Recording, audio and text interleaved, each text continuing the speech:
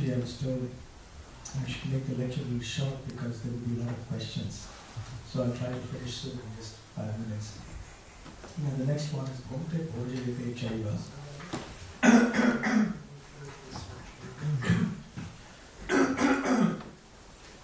Bhakte Bhojayate Chaiva means that we eat prasadam, we accept prasadam, and we also offer prasadam. That is what brahmacharis do in any case. And I think now here, in the manner perhaps the brahmacharis are planning to eat at least the lunch prasadam together up in the ashram. Otherwise it was down here with everybody. So that's also fine. That's also perfectly alright. But sometimes when the brahmacharis come together in the ashram and they read, when they're taking prasadam, somebody reads Krishna book. These are things that were done earlier. Especially after brahmacharis have come back from book distribution, they're all taking their milk and maybe some light snack, and some other brahmachari sits and reads Krishna book. It's such a nice thing. So all the loving exchanges are taking place over there. You come back in the evening, and there is, Dadati Pratigranati. There is Bhakte Bhojayate Chaiva. There is also Gohimakhyati Pritchati. The brahmacharis are discussing the realizations. We went for book distribution, we did such and such, and we had this experience. So it's very enlivening for everyone. And then there's some prasadam. Then somebody reads Krishna book for a while. So all the loving exchanges are taking place also over prasadam. Prabhupada mentions in his purport that even in the material sphere, whenever people have to strike a business deal or something, they do it over lunch. Many of the big things that happen in life, they happen over lunch. Political leaders of different countries gather together over lunch, dinner or whatever. So even for devotees, it's an important element where the mood is a little light. Generally, you don't talk really heavy, deep philosophy over lunch. You talk some things light, but it's still very nice. It builds up a nice mood of camaraderie and bonding between the brahmacharis.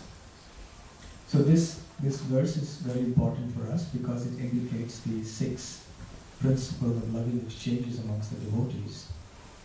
Actually, Srila Prabhupada mentions in the purport of this verse that this is especially relevant for those who are neither neophytes nor Mahabhagatas, meaning the Madhyama, those who are on the intermediate platform. In the Srimad Bhagavatam, the characteristics of the Madhyama Adhikari are described. Ishwaretat adhineshu, balisheshu, dushatsu cha, prema maitri kripopeksha, yah karoti samadhyamaha. The meaning of this verse is describing a Madhyama Bhakta.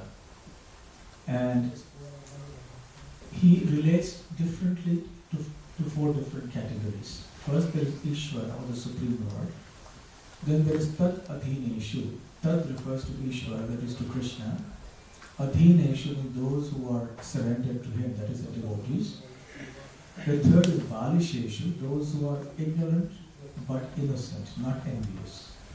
And the 4th category are the Vishatsu, those who are envious. So the Madhyama devotee deals differently with these 4 categories. Towards the Supreme Lord, there is prema, there is love. The devotee deals with love for the Supreme Lord. Whatever he does is out of love for Krishna. And towards the Tat Adhina, towards those who are his surrendered servants, the devotees, the Madhyama devotee has a spirit of friendship and a bonding of this friendship. Third, towards those who are innocent, he deals with in mercy, he gives mercy by giving a book, or by speaking about Krishna, giving some prasadam, or just a kind word, so on. And towards the envious, upeksha, he neglects him, he avoids him. And that is his mercy actually Bhaktisiddhanta explains.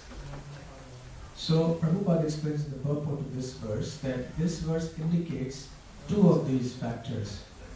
How the devotee deals with the Supreme Lord in love and how he deals with the other devotees in friendship.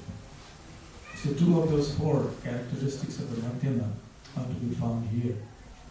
So when we deal with each other in the Brahmachari ashram and have a loving exchange, we are actually acting on that platform. So we should help each other in Krishna consciousness in this way.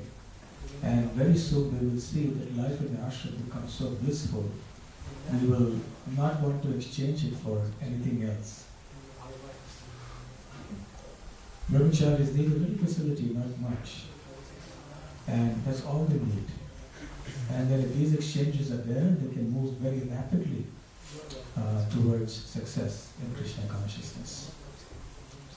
Okay, we could of course speak more, but I will leave time for questions and answers and discussions. Before anything, I would like to ask if there are any comments. Maharaj, do you have any comments to make? Would you like to add anything? Maharaj is so humble, he's sitting here amongst all the brahmacharis. Just another brahmachari, Yananda Maharaj is also here, and Prabhu is sitting here like everybody else. He's teaching us by their example. Maharaj, would you like to make any comments?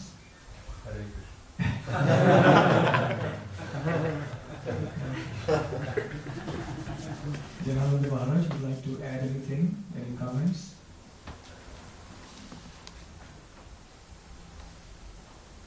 Taking a shot together is nice.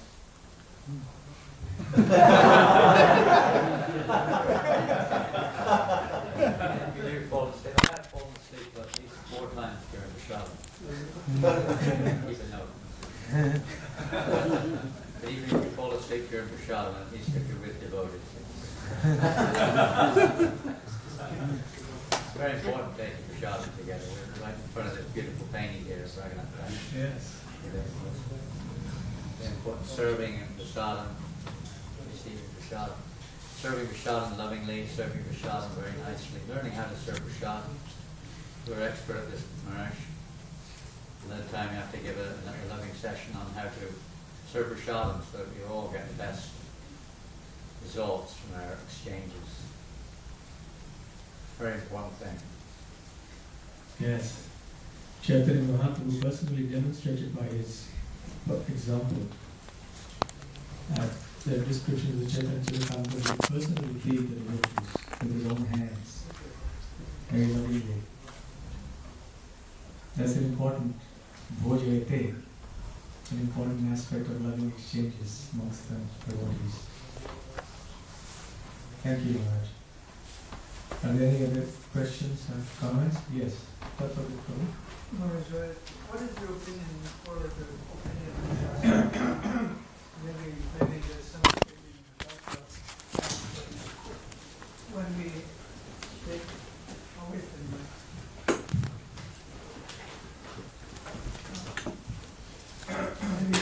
maybe in Shastra or in your own experience you can offer some opinion on the distribution of prasadam.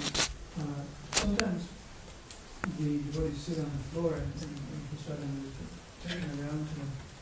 Other times we organize it in such a way that we have a buffet table and there's even mixing of men and women serving men and women. Is it kind of a non-absolute thing? The absolute thing is just that we honor prasadam. Is it more favorable